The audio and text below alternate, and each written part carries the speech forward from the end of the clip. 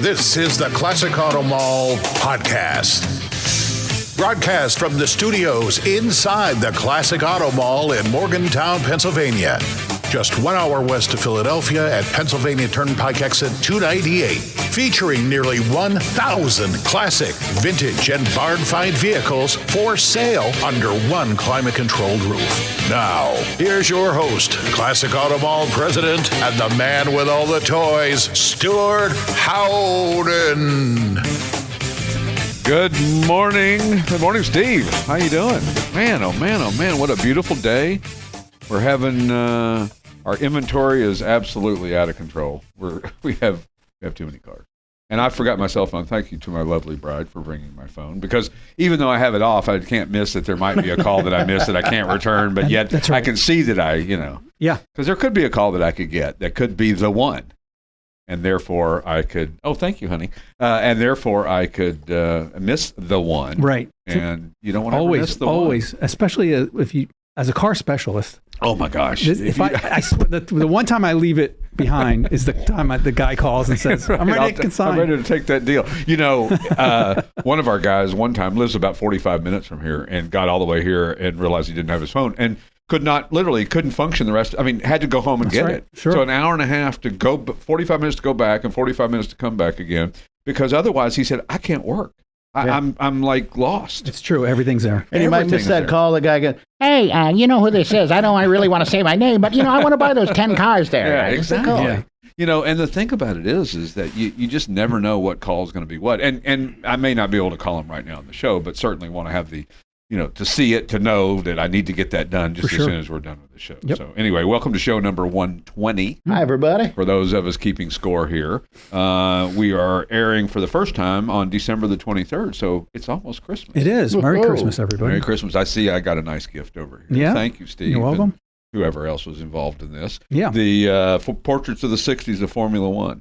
This is so cool. And, of course, Formula One's changed a little bit since the 60s. I'm sure. Yeah. It's a little safer. A little smidgen, Quicker and safer. Yeah. We have the play seat driving game that we've talked about, and I played it last night. I was driving, where was I? Driving, China, which is a hard track. There's very hard, medium, and then easy. And easier is like Canada, and there's it's just you can flow and it's good. And then there's others that your wheel, and of course you don't take your it's not like driving down cruising down the road with your arm on top. You got two hands, 6 and 9, and you don't lift them. You don't like turn with one hand and try to turn the wheel too far because then when you do, you're way out of kilter when it comes back. So you're this, and if any further than this, you're just going to run off the road. And for our listeners, this means his arms are crossed. In the handcuff in front of you for those of us who are claustrophobic. You don't do this. Yeah, you're not doing this, or you're not sliding it. You know how it slides through your hands. Yeah, You'll do that with the steering wheel, or that it comes back on its own.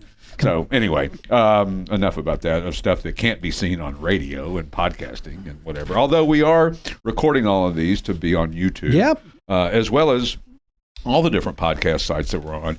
Why? What podcasts say you? How about Apple Podcasts, Spotify, Google Podcasts, Podcast Index, Amazon Music, iHeartRadio, TuneIn Plus Alexa, Podcast Addict, Podchaser, Pocket Casts. I always get that wrong. Deezer, Listen Notes, Player FM, Google Assistant, and America's Web Radio, Saturdays at 10 a.m. So we're on all of those sites. And if you go to our website, classicautomall.com, you'll see the listing of those and a link to those as well too. And so that's a lot of places to be. I don't know how many views we get contiguously through all those, but I don't know. But a lot of the stuff is ending up on YouTube. So check out our YouTube channel. We got a bunch of different stuff over there: test drives and shorts and podcast episodes and podcast clips as well, and even some curated content that we're creating here. Yes. Some little dioramas, if you will, with our boy Garrett. Right. Oh, right. Got a big film coming up soon. He's going to get credit Garrett's for that, debut, acting debut. And it's obvious.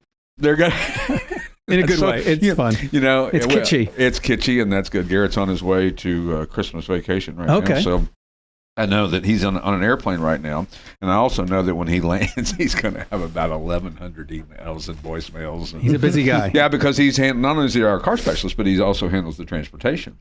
And of course, every car that comes in or goes needs some kind of transportation. So, sure. We've got, as of today, how about 1,096 cars in inventory. And we were over 1,100 there briefly last week, or this week. But then some left and some sold and some bought. And it's interesting, lately seems to be higher end cars are selling. Not sure why that is. There's no real rhyme or reason to it, but for some reason we're selling the higher end cars right now. And we sold 3 Vipers last week. Is that right? Yeah.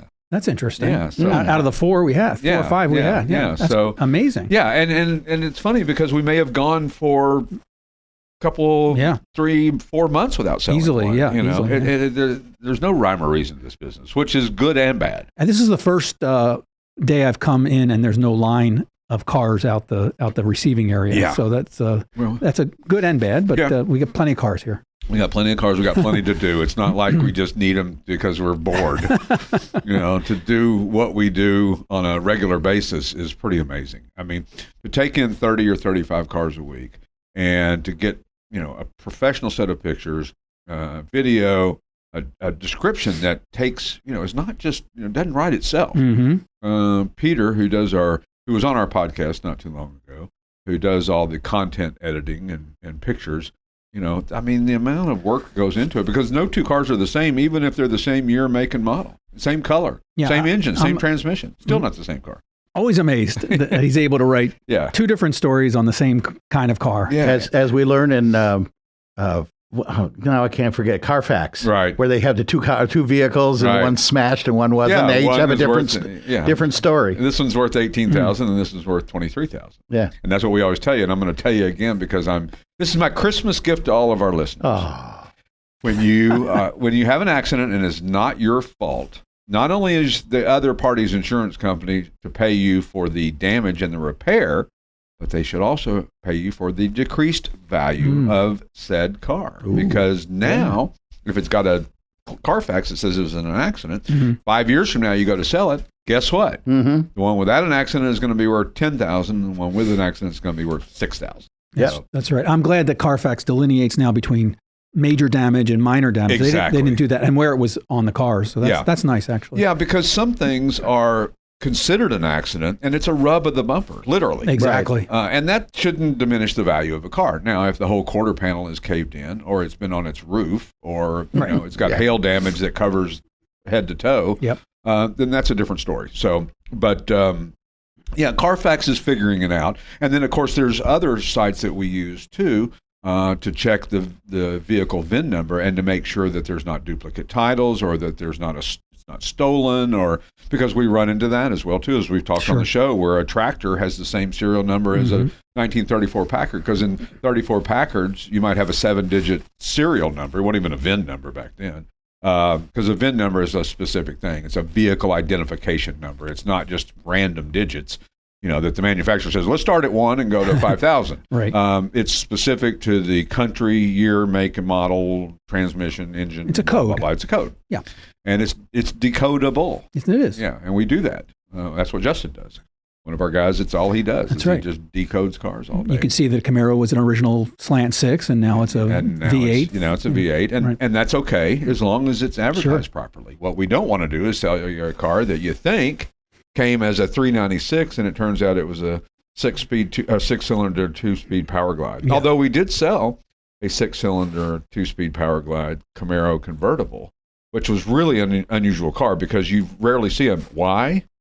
Because they make perfect candidates to put a big motor in and either try to fool somebody or make a resto mod out of. So you're not hurting the value of one that might. Because the disparity between the lowest end Camaro and the highest end Camaro factory spec could be a $20,000 car and a $250,000 car. Same with Corvettes. You could have a 1967 Corvette that came with the 327 and the 2-speed Power Glide or whatever, and it would be worth, $30,000. And then the one that came with the 427, 435 horse, tri-power, blah, blah, blah, blah, blah. Yeah. could be worth a significantly different amount of money. And I don't think a lot of people always realize that. And was that the red one did the red one sell? The 68 Camaro. Yeah, I bet that's more rare than cars that have been modified over the years or the engine's been replaced. And Camaro I like it. I did too. That car was spectacular. Yeah, it was obviously it was very well done. Yep.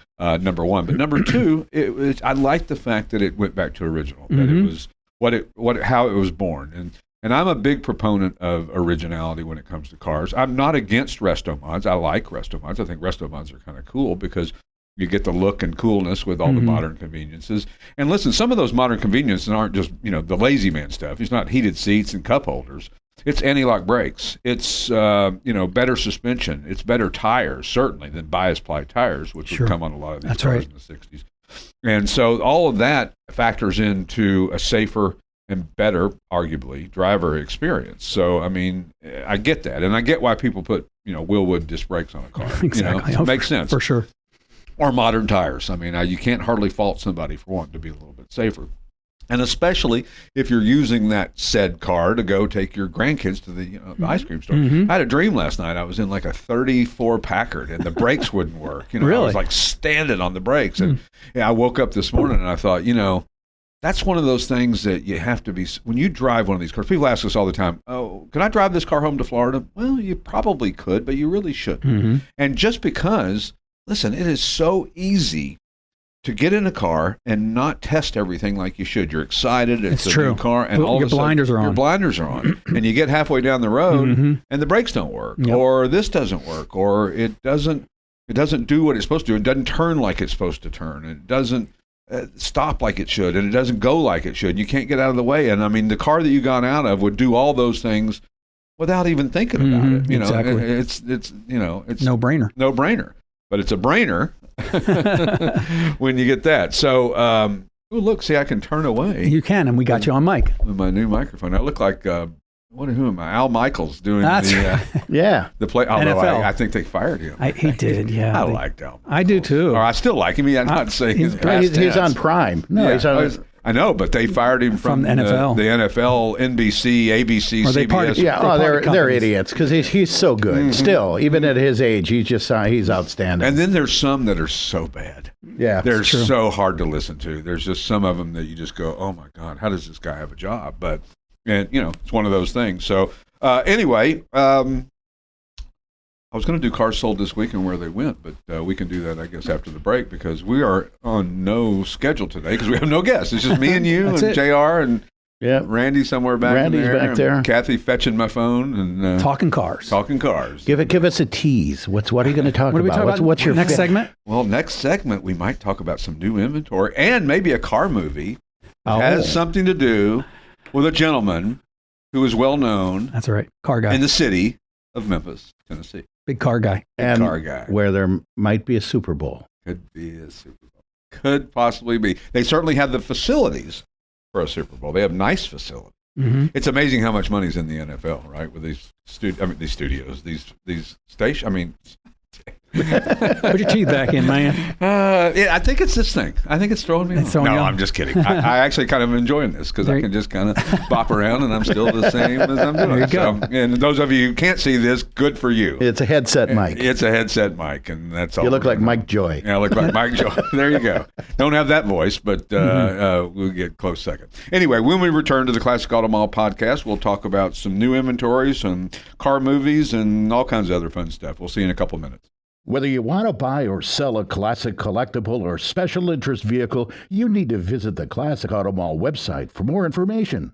If you're looking to buy, you can easily search our inventory of more than 1,000 vehicles on the web at classicautomall.com.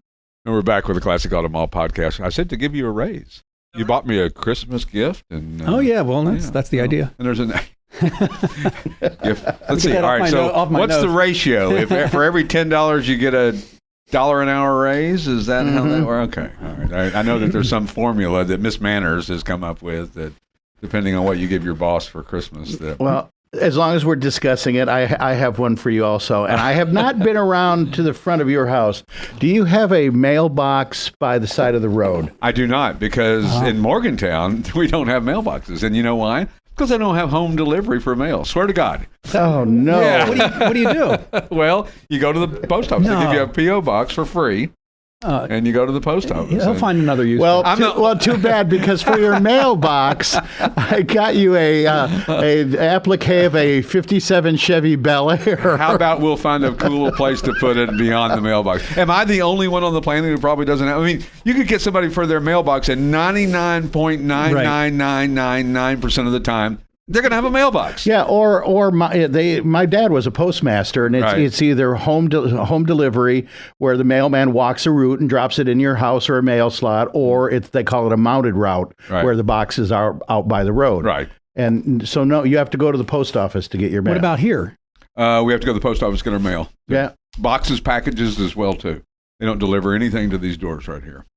And you know what's interesting anymore? Oh, boy, here we're going down another rabbit hole. The other day, we had something delivered. We had a printer, a $600 printer delivered, and it was on a Friday evening to a business, and they left it on the stoop, if you will, of the front of the building, as if nobody might be back here till Monday, and didn't seem to matter. Just left it there and hope it's there come Monday. Relatively low crime rate in Morgantown, but still, that's asking for somebody to become a criminal. Last weekend, where I have moved, there are 3 townhouses in a row, and mine is in the front, and for some reason, that's the one where they always drop the packages.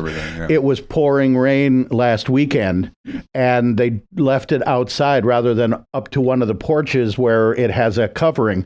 The box was soaking wet. I don't know what was inside of it, because it was for one of the other neighbors. Hopefully it wasn't a paper mache or anything. Maybe it was a piece of steel, and then it won't matter. Or electronics or something like that. Anyway, again, forgot to thank the Pat Travers Band, who are going to be in Fort Myers, Florida. Saw that. All right. Yeah, we did. Yeah, JR decided that we needed to make a trip down there, and then also, and we could also go to the podcast seminar that's in Orlando as well. I said Podfest. Podfest. Yes. Maybe next year. Okay. But we'll see. We probably should do more things like that, We because could there's a learn lot so to learn. much, There's so much to learn. There's so much to know. But there are a lot of secrets people don't give up either. I've noticed a lot of radio conventions. It's like the engineering you picked up more than you did at the actual programming seminars. Yeah, because they're not going to tell you stuff that they do that's cool, that works well, throwing turkeys out of a plane or, any of that stuff. But anyway, and if you want to learn more about all this stuff we're talking about, you can go to our website, classicautomall.com. I always start to call it newsletter.com. Classicautomall.com, and sign up for our newsletter. The last one we sent was 41,000 emails. Yeah, I mean, it was it's amazing, and the open rate is well over 50%. And our click-through, this is all, nothing to most people. The click-through rate is like 6 to 8%. And all these numbers are double or if not triple from what the normal opening stuff. We have my partner has a mobile home park. He said, they send an email, and if they get one open, they do a little jig. Because, mobile homes aren't sexy like cars are. We have an easy thing to do. Ours is easy to have people want to see what we have, because they're cool looking old cars. Yeah. They're visually very cool. And so a mobile home is not necessarily that. So I get that. So anyway, cars sold this week, you might ask? Yes. Oh, goody. I've been waiting to do this for almost a whole segment. And plus, how about Bardstown, Kentucky, Diamond Bar, California, Hadiello, Puerto Rico, Pelham, Alabama, Sarasota, Florida, somewhere in Delaware, Pahrump, Nevada. I know it. Been there. I've been there too. Been to Pahrump? Yep. Is that a correct? Outside of Vegas. Yep. Oh, okay. It's where one of the best little places in Vegas are. Okay. How about the name, Pahrump? I like that. Douglasville, Pennsylvania, Visalia, California, New Hyde Park, New York, Clifton, Virginia, Waynesboro, Virginia, Coopersburg, Pennsylvania, Sharptown, Pennsylvania, Philadelphia, Pennsylvania, Havre de Grace, Maryland, and Newtown Square, Pennsylvania. How about that? Been to Havre de Grace. I've been there too. It's a cool little town. It is a neat little town. Yep. And there's a crab house, Bob's Crab House or whatever there, and it's really good. Good Italian restaurant there too. I'll tell you a story. I was going down to meet my brother. I had to go to the bathroom so bad, and they had a public bathroom out on the river. I'm like, oh my God, this is the greatest. Who has greatest that? little town. Yeah. It's the best little townhouse in and Maryland. it was Chicken Ranch, best little Chicken Ranch, because back in the day when they had the was it Dolly Parton was in the movie? It was best little whorehouse in Texas. Yeah, they didn't want to, and they didn't want to say whorehouse on the radio, right. So they changed the ads to Chicken Ranch. And Burt Reynolds was in that as well too. Yeah, so. 11 states, including Puerto Rico. Because Puerto Rico is a territory / state. U.S. protectorate. If you look through the states, if you're like having to do a drop down menu on buying something, Puerto Rico is literally after Pennsylvania. Yeah, if you put the P in, only the P, Puerto Rico usually comes in. Well, do you habla español here? No, we do not. Somebody does. Uno, tres, dos, cuatro, cinco, seis, siete, ocho, nueve, diez, once, doce. Yeah, that's high school Spanish. I like get to 20. Me. That's the only thing I know. Pretty good. And sí, señor. Yeah, I used to do the Arbitron ratings for radios. I used to go to Maryland and read the diaries that people would write down, and I would get the markets like Miami and San Diego, and I would translate them based on my high school Spanish, and it was always like, "Me gusta Z104, el música es muy bien," so I could translate it into "I like Z104 and it's good music." My high school French did enable me to get that Quebec consignment, because they didn't speak English, and they came to Hershey, and I was able to just muddle through with some bonjour, ça va bien. Okay. That's been a few years. Oh, yeah, about 40. Ish. Yep. Right. Yeah. So anyway, so our new little segment that we're doing, not new, we're revising our segment, is car movies, or movies that prominently feature cars, or cars are in them, or the name is car related. They're just barely in them. Yeah. Hey, no. This one qualifies as way up there as a car movie. Oh my God. One that you wouldn't think is a car movie. It's not like it's trying to be a serious movie, but yet there's some serious hardware in this movie. The movie, Viva Las Vegas, baby. Viva Las Vegas. How about a race car driver preparing for the Grand Prix whiles his time in Las Vegas working as a waiter to pay for his new engine, and soon strikes up a romance with a beautiful young woman, Anne Margaret, who is 90% of the movie. It is the Anne Margaret show up until about 118. And apparently they had a little thing in the movie. Yeah. I mean, not in the movie. Outside of the movie. I mean, there's energy there, obviously. She's spectacular. I mean, and she's barely dressed throughout the entire movie, which is bizarre. Especially in 1964 when this movie came out. Yeah. Right. I mean, risque for it's getting into the 60s thing. So you sounds like you may have watched this movie last night. I've watched it. Listen, there's no bigger Elvis fan in this room. I mean, 50 years. I was figuring it out. 50 years I've been an Elvis fan. So I've seen it all. But his movies do nothing for me. Right. But I watched it for you last night. I sat through the whole thing.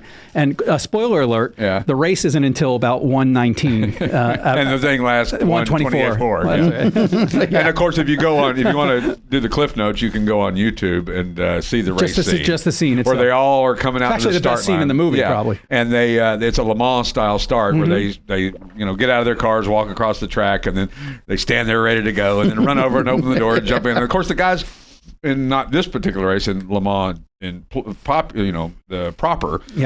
the GT40s with the extra piece that came around the top of the door, that must have been kind of difficult. Get bumping your head on it, right? What do you knock yourself out? And this is why Porsches have ignition on the left side. Correct, right? Because they would run in, turn on, and shift. And they were not doing the same thing with both hands, and that's why. The other thing is the dogleg shift pattern, especially like on the 928s and a lot of race cars, was first was down and to the left and reverse was up, because you didn't really go into first very often. So you wanted to be second, third, fourth, fifth, whatever. Yep. If those of you who are not seeing this, that would be the H pattern.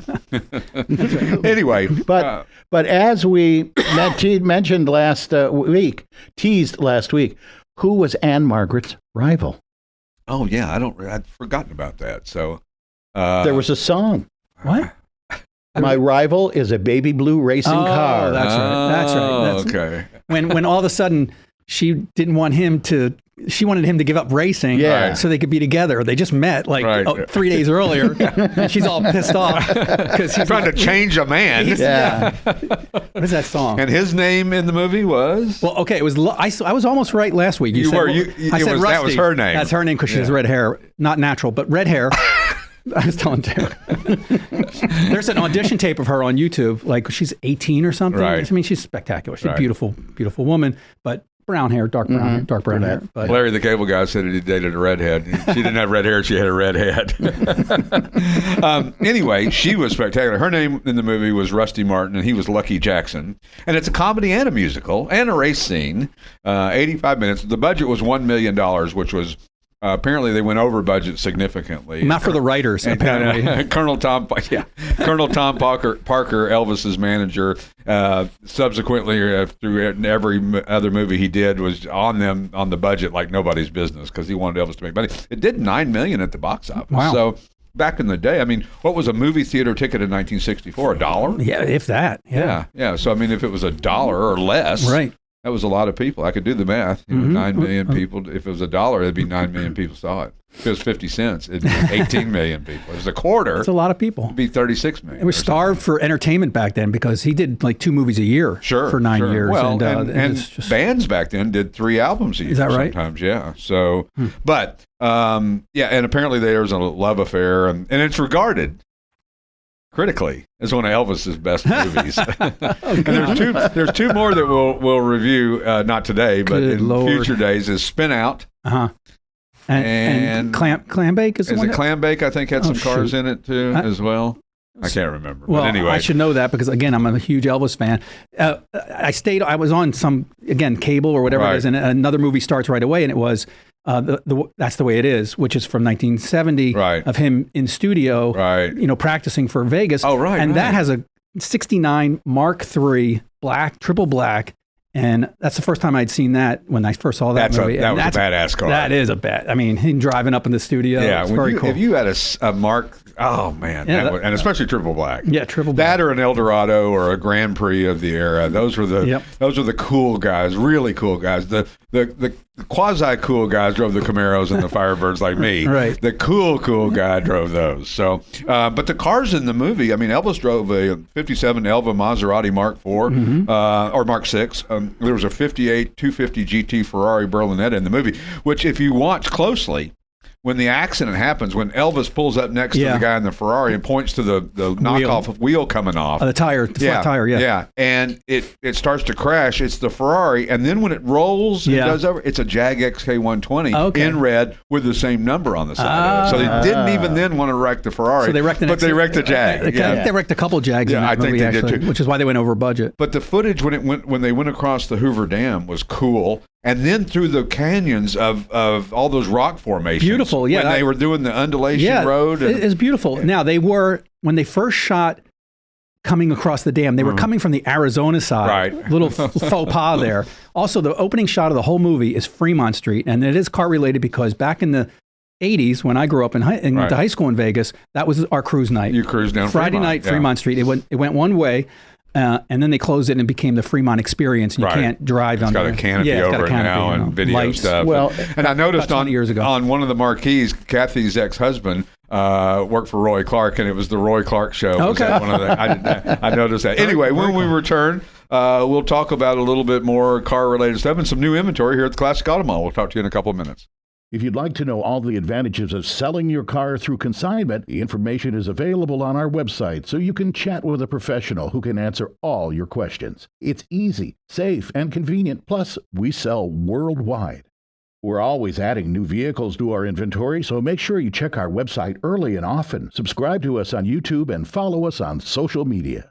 I think I'm going to have to start wearing a hat because my balding head is shining reflectively into the... Oh, there we go. See, we'll just have to cover up that head. Maybe we could get makeup. There you go.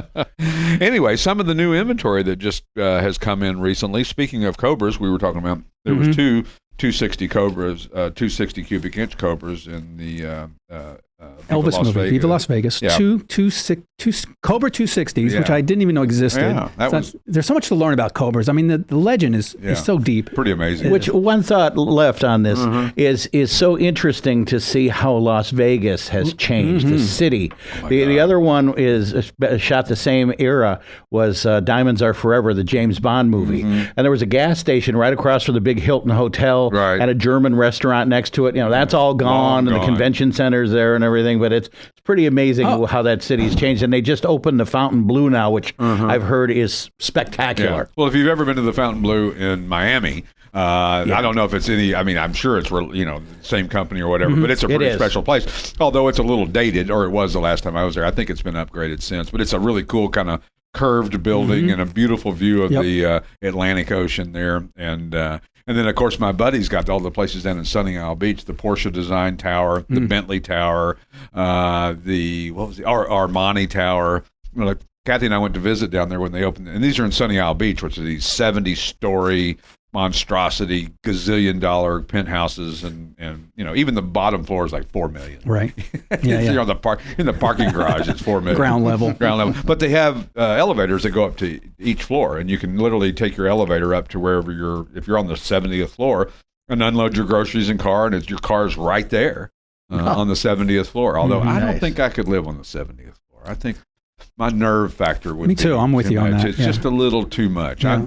I lived in a 12th floor one time, and the power was out, and I was sick at the time. I remember my then fiance came and tried to help me up and down the stairs, and she said, "That's it, nothing over 4 floors. We're done." Yeah, I mean it's it's unnerving because if you had to leave quickly, you'd like to be a little closer to the ground. They make those rope type ladder things that you can climb down. Only so long.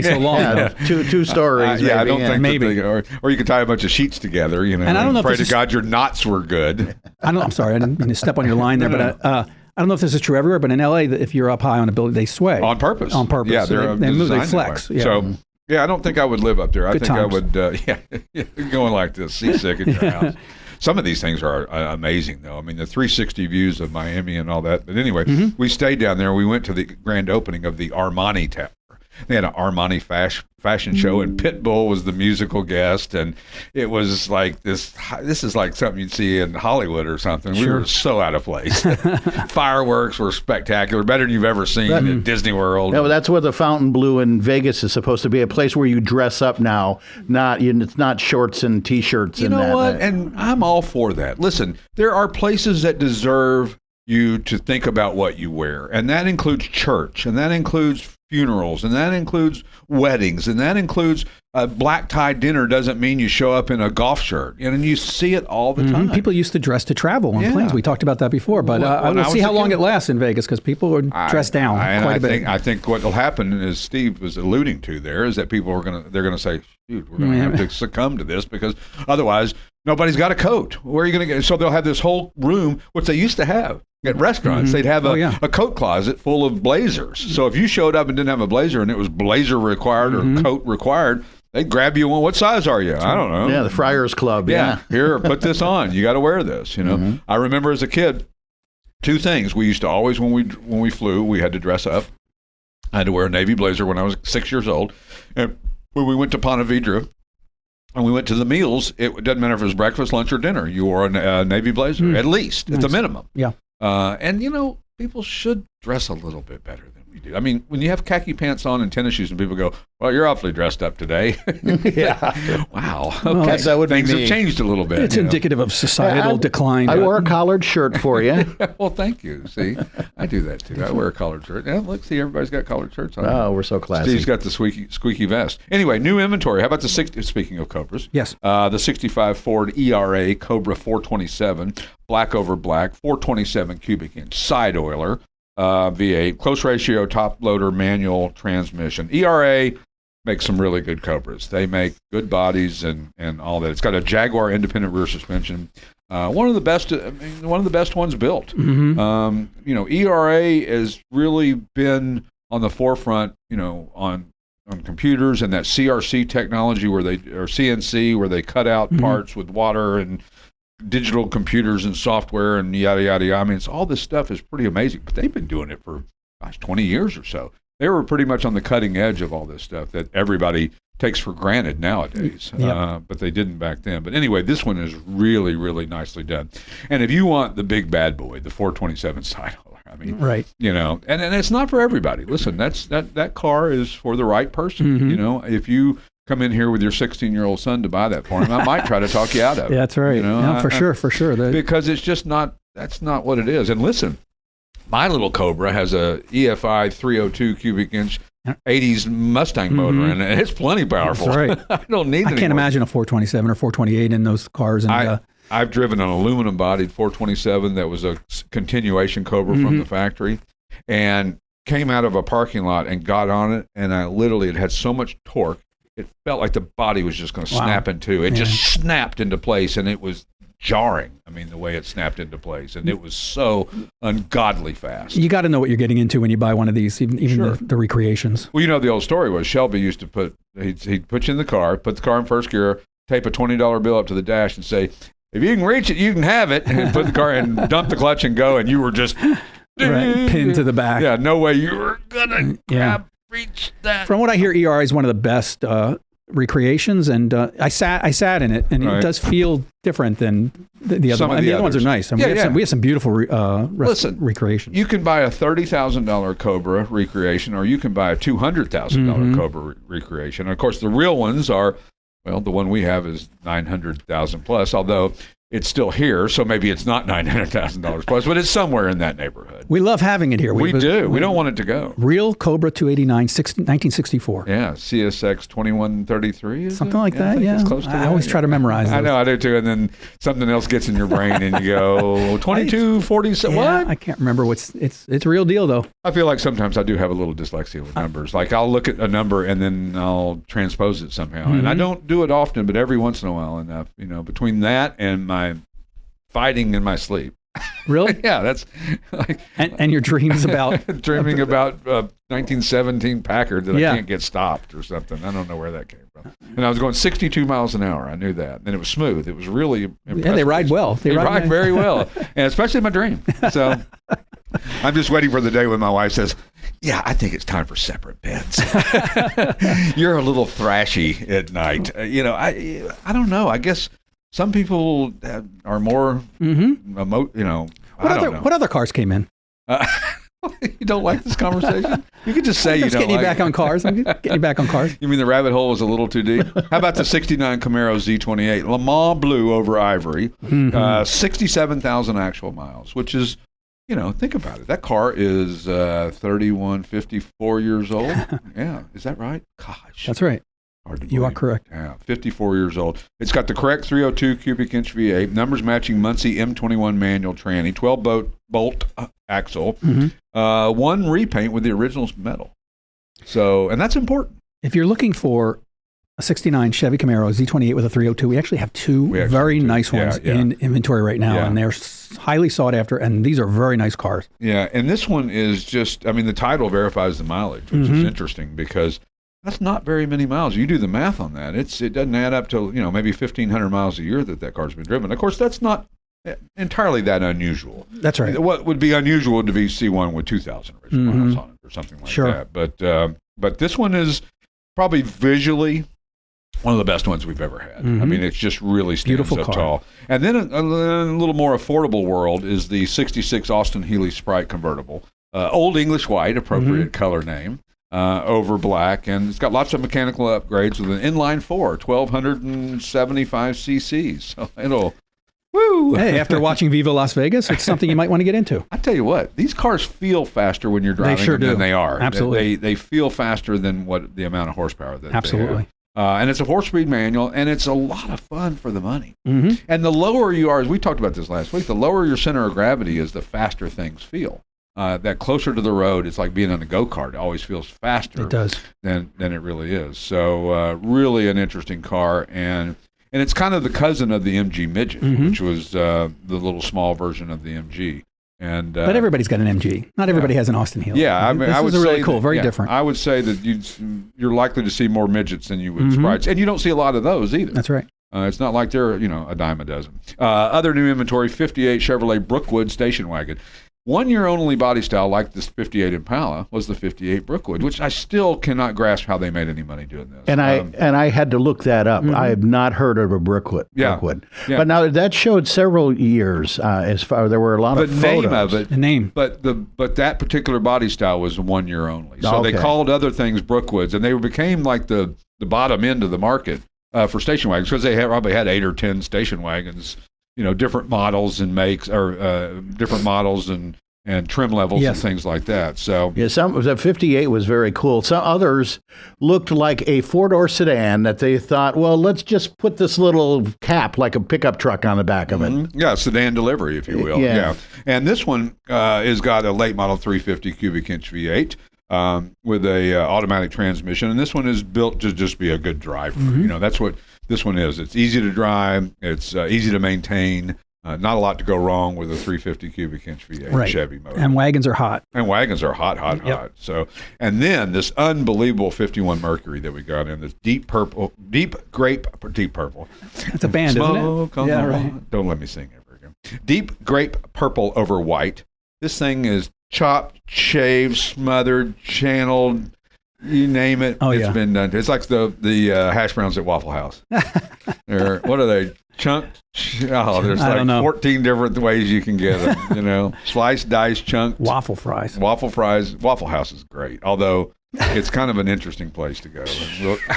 Wow, man. I wish they had one around here. I do. I love them. I love Waffle House. Hey, Morgantown, you listening? Yeah. Delaware, I think, the closest one. I think it would do well here, actually. I think it would really do well here. And I think especially with the casino. Business opportunity. There you go. Ding, ding, ding, ding, ding. I mean, think about it. Late at night, 2 o'clock in the morning, nothing better than a Waffle House. The classic Auto Mall Waffle House. Or a Crystal from the South. If you're living in the South, Crystals were the little square steamed White hamburgers. Castle. Okay. Yeah. Yep. And Crystals were better than White Castles. And I don't know. Wait a minute. Careful now. Wait a minute. Here we go down the rabbit hole again. 51 Mercury hardtop is, man, this thing is so cool. 302 V8. This thing is a do what? I mean, it turns your head just like pure that. show car. Pure show car. Just it's a lead sled is what the nickname of these was from back in the day, and they're just really, really, really amazing cars that were so loved back then, and so that's what the hot rodders all wanted was the Mercuries, and they're kind of like the 40 Willies or 41 Willies. What was the movie with Sylvester Stallone? He drove a big old Mercury. Oh, that was Cobra. Cobra, I think it was. That's on my list. Oh, good. Yeah. And so, last but not least, speaking of Mustang and movies, the 2008 Bullet Mustang, dark Highland green, They all came in color if you're going to be a Bullet, over dark charcoal. One of 4,300 built, 315 horsepower, 4.6 liter V8 with a Tremec manual transmission, 89,000 original miles. So it's a used car more than it is a collectible car, but it's a lot of car for the money. And it's a lot of car that you can enjoy and goes pretty quick. I mean, it's not like it's one you can drive. That's you can absolutely drive it. And a movie car. And a movie car. So there you go. Mr. Redundant in here. We also have a 2019 Bullet in inventory, too. That's spectacular. If you're into the Bullet thing, we have a couple of them. We have a couple of those. So when we return, we'll talk about some other things, and we'll be back in a couple of minutes. See ya. If you'd like to know all the advantages of selling your car through consignment, the information is available on the Classic Auto Mall website, or you can chat with a professional who can answer all of your questions. It's easy, safe, and convenient. Plus, we sell worldwide. And we're back with the Classic Auto Mall podcast from the Classic Auto Mall studios in Morgantown, Pennsylvania. ClassicAutomall.com is our website. We've got 1,000 zillion quadrillion cars on there. If you can't find it there, it may not exist. Are you on? Yeah, there you are. Check. Yeah. If you can't find a car that you like at Classic Auto Mall, then you're in the wrong place. Yeah. So we've had people show up literally who said, look, I have X amount of dollars to spend. I don't know what I'm going to buy, but I figure I'm going to find one here. Something that I want. It's better than that. People come in this not wanting a car, not looking for a car. That's our favorite buyer. We're just coming, but we're just looking. Usually it's couples, retired couples, and then they fall in love with something together. As they say before they walk in the door, whatever we do today, honey, we're not buying. Not walking out. And I found that out when working in a couple of used car lots, and new car dealers too. You found out that when the trade-in was empty, then they meant to trade it. But when it was full of gas, they were like, this is really nice. Trick. That's a good trick. Well, I can tell you that the pact was always the thing that hard to break in the car world and the timeshare business. There's a lot of timeshares in Branson, Missouri, and the pact was always, whatever we do, we're not buying anything today. And yet they come out with a portfolio of paperwork and they bought something, because some people have a hard time saying no. Now, we don't pressure people. Timeshare business is the whole thing is pressure. Everybody's going to die. Everybody's going to do this. That's no excuse for them not buying something. And it's pressure. We are non-pressure. No reason. We are the antithesis of pressure. Right. We are. Look, you don't want it. You don't want it. That's okay. We're cool. Thanks for coming in. Right. We appreciate you just spending time with us. Absolutely. And so anyway, how about for the topic of the week? Last week was body styles. This week is favorite shifters. So my favorite is the Hurst His and Hers shifter, which was an automatic transmission. So hers was you just grabbed it from park, went to neutral, went to drive, and there you stayed. Uh-huh. His was you pushed it over to the right, and then you had a shifting version of it. Now, it's not meant to be sexist by that. It was just the name of the shifter back then, and they're really cool. And there's two of them. Well, no, there's one shifter. It has two. Oh, okay. What's the one with there's two shifters? Like the lightning shifter. The Marlin. The lightning. Well, didn't a 442 have like 3? Had 2 or 3. Yeah, the lightning sticks or whatever. Okay. Right? Well, drag cars. Some of the drag cars have it. We just grab each, as I'm doing this on the radio once again. He's grabbing. I'm grabbing in a grabbing motion. You just grabbed each stick to yank it back into gear. So first was the first stick, second was the second stick, third was the third stick. You didn't have to do anything else with them, just bang, bang, bang, and then you were done down the quarter mile. So there's automatic on the column, there's push button, there's a 4-speed on the floor, a paddle shifter. So what's your favorite? Only because it was my first sort of car experience. Right. My aunt had a 65 Corvair and had a little tiny shifter on the dash. 3 on the tree. No, on the dash. It was on the dash, yeah. Chick. It was like a little lever. Yeah. Little tiny lever. Like it was almost like a toy. And then some of the DeSoto's and Chrysler Mopar products back in the 50s had push button on the dash. And that's my favorite, but I've never driven one. Oh, they're different because there's not a reference point. The thing I always liked about a column automatic or a floor-mounted automatic is just by feel you knew where you were.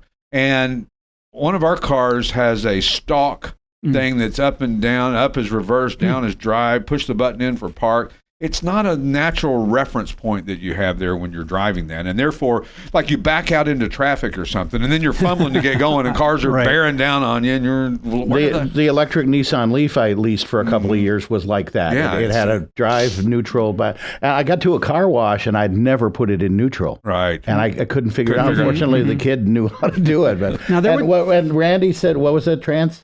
Oh, Lanco. The race trans. Ding, ding, ding. Now, Volkswagen had something where you didn't have to press a clutch, but you could shift. Sportomatic, that's right. I drove one of those in college. And DeSoto's cool. Also, there was one that had the shifter in the center of the hub. That's what I'm referring to. So there was push button up on the left-hand side of the dash, and then there was ones that were in the center of the hub. And those were really interesting as well. So there's our favorite shifters. And we have to give a shout out today because he's bringing us lunch. Our buddy from Ron's Original Bar and Grill down in Exton. First of all, #1 restaurant down in Exton. Pennsylvania, if those of you playing at home. And they have an amazing menu. It's it's an Italian restaurant, but it's got a little bit of everything. It's one of those menus that you go, holy crap, there are so many things on here. Okay, I'm just going to start in the left-hand corner. Right. Every time I come back, I'll just move down one until I get all the stuff. But they do an amazing job. And they did something that a lot of restaurants didn't do, and they made it through the pandemic. And they made it because they morphed into takeout and catering and whatever they could do to make sure that they didn't have to close their doors and let their employees off. And their food is spectacular. Ron, the added bonus to all this, Ron, who owns the place, is a car guy. Yeah. And he's a certifiable car guy. He's like us. He's just needy. I imagine if he wasn't doing that, he'd be here. Right. He'd be like, Stewart. Yeah. Is there something I can do? Right. Got any openings? Yeah, you got any openings? So food court. Yeah, not a bad idea. Anyway, if you go to his website, ronsoriginal.com, or check out the website, just Ron's Original Bar and Grill in Exton, PA. Stuart, give him some applause. Yeah. Oh, yes, I have that, so I can do that. I can't play that in here. I don't know why. Sounds like Carnegie Hall. It does. That doesn't sound like a Kid Rock concert or the Van Halen crowd. That's Carnegie Hall. A polite clapping. We'll get you another one. Very nice, with white gloves and just the smattering of applause. Yes. Anyway, check out Ron's Original Bar and Grill if you get a chance. And hey, something that Steve was talking about earlier today. The Hagerty just came out with the 2024 Meet the Bulls. The Bull Bear lineup, if you will, of what's going to be the new hottest cars on the market, or the cars to invest in. That's right. Or to buy now. Hold on to buy now. Yep. And top of the list is the 89 Lamborghini Countach 25th anniversary, which I think is, I don't know, it seems like that's been a little while that it's been in that kind of position. This is not new to it. The 46 through 50 Chrysler Town and Country, those were mostly the Woody wagons back in the day. I guess they were all Woody wagons, and they're really cool. And have been a little bit underpriced, I think, over the years. The XKR Jaguar from 2000, 2005. Those are just really, really cool cars. And that's a lot of car for the money, too. You can buy those for pretty cheap. And here's one that we've known about for a while that for whatever reason never took off. 64 through 66 Ford Thunderbirds. Yeah. You know, those are great and we have some in inventory, actually. They're great cars. They're great looking cars. The interiors are amazing. Unbelievable. Really cool. Very, very state of the art. That's nice to see. Nice to see them on the list, actually. And they're not a high dollar car. I mean, you know, some of the other ones, obviously the Chrysler, the Ferrari FF that's on there, the M3 BMWs 08 through 13, which 13 was the last year for the V8, which is the one I had, which was a great car. Yes. But it was not a practical car. It was I mean, you think, oh, it's a BMW coupe, so it's going to be smooth and this and that, but it was a lot of car. I mean, it was the great brakes were very good, which when I say that, I'm not saying that necessarily complimentary. They were so good that they just literally almost throw you through the dash. Right. And then either you were on it, and if you weren't on it on the accelerator, then it really had a weird, it was hunting around for gears. And I mean, when you were foot to the floor, that thing was unbelievable. Really. Here to Reading, woohoo! You know, just an amazing car. And then last but not least, the 1997 through 2002 Plymouth Prowler, which we have, I don't know. 4. We have 4 of them in inventory right now. Yeah. Yep. Didn't we just feature those? Or we are featuring them. It's great that they're on the list and as investments, really. Yeah. And we have some spectacular examples in stock here. And also, I want to say, we talked about shooting brakes last week, and the FF is on here. I'm kind of disappointed to see them because their prices were dropping. Yeah, you might have been able to afford one. Right, and well, not really, but maybe in a year or two. Now Hagerty's put them on the list, and they're just so cool. I mean, you like 550 Maranellas, I know. Yeah, I do. And 575s. FFs, 575s. Yeah. FFs are my favorite, and the Lusso that came out later, which is also a shooting brake. Those are my favorite Ferraris. They're pretty cool cars. And I like the 599 GTB, which Ferrari Pennsylvania just got one in, or Ferrari Philadelphia just got one in. That's the right color, red with the tan, and it's an automatic or a paddle manual. How do you know? Did they call you? Or I just happened to see You happened to see that? It just happened to pop up on my news feed for some reason. Oh, weird. I was like, Kathy, how did this happen? This is so strange. She said, sell everything you got, then sell everything that somebody else has got, and then you may be able to have one of those. And I said, I'll buy what I want. And then I packed my stuff up and slept in the shed that night. No. Anyway, also the Mitsubishi Pajero Evolution, don't know what that is, but that's on the list. The 65 through 70 Impala SS, which I think is making a little bit of a renaissance. I think it was popular, kind of faded for a little while and has come back. And then the 81 through 86 Jeep CJ8 Scrambler. So those are the Hagerty Meet the Bulls 2024 hot list of things that you want to buy and hold on to. And some sad news in the music world. My not friend, but friend on the radio, Jim Ladd, who was on KMET and KLOS out in Los Angeles back in the day and had the best DJ voice, arguably, of any DJ on the planet. Man. I mean, he was great. And then he had a show called Inner View, and it aired on Sunday nights. It was syndicated, like on 150 stations. And he interviewed Pink Floyd and U2 and the Eagles and Zeppelin and Crosby, Stills and Nash and John Lennon and just everybody. But it was way more in depth than most interviews would be. And he had them because they were in L.A. and he was in L.A. And then recently he just started hosting some stuff. Not recently, deep tracks on Sirius XM. And he was 75 years old, which doesn't sound old these days. And it inspired the Tom Petty song, The Last DJ, which is a great song, inspired by him. And he was also on Roger Waters, who formerly with Pink Floyd's solo album, Radio Chaos, and he played himself as a rebel DJ. And then he was on the tour as well, too. So with Roger Waters. Rest so anyway, peace, Jim Ladd. Jim Ladd, what a cool guy.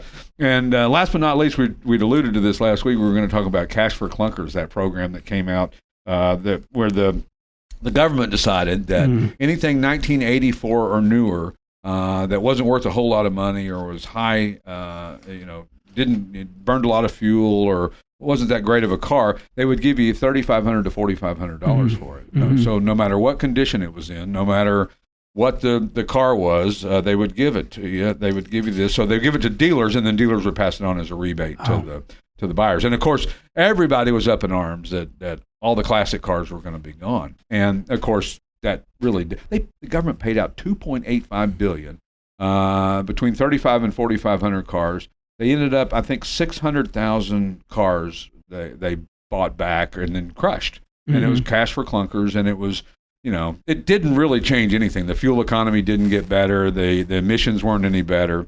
But there's a list out on the internet of every car that was in the program and got crushed for it. I had a small car lot, and it took a lot of the really affordable cars that were $1,000, $2,000 cars. They were gone too. Yeah. That's right. So the most destroyed, 1995 through 2003, Ford Explorer or Mercury Mountaineer. Wow. 46,000 of those were done. The 96 through 2000 minivans, Chrysler, Dodge, Plymouth, 23,000 of those. The 93 through 98 Grand Cherokees, almost 20,000 of those. But some of the outliers. Yes, I remember. 87 Buick GNX. I remember it well. Yeah, and there was only one, and it must have been in hideous shape. Right. I mean... a 97 Aston Martin DB7, a 97 Bentley Continental R, some Maserati biturbos, which is not surprising. Questionable. Yeah, those were.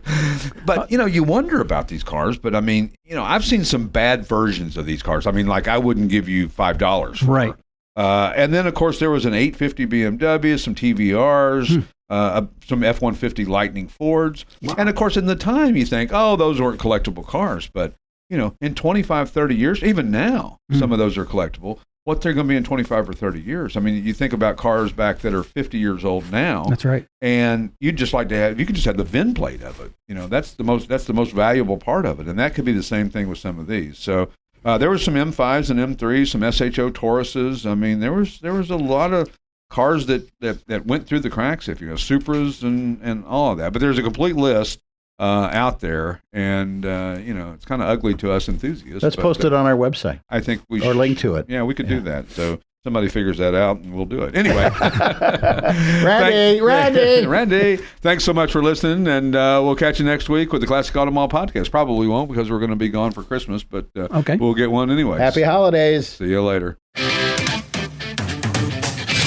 You've been listening to the Classic Auto Mall podcast with your host, Stewart Howden, executive producer Steve Safir, produced and engineered by yours truly, J.R. Russ. Thanks for listening and sharing the Classic Auto Mall podcast. Available on classicautomall.com, YouTube, or wherever you get your podcasts. Music courtesy of the Pat Travers Band, produced by Car Smarts Media, copyright 2023, all rights reserved.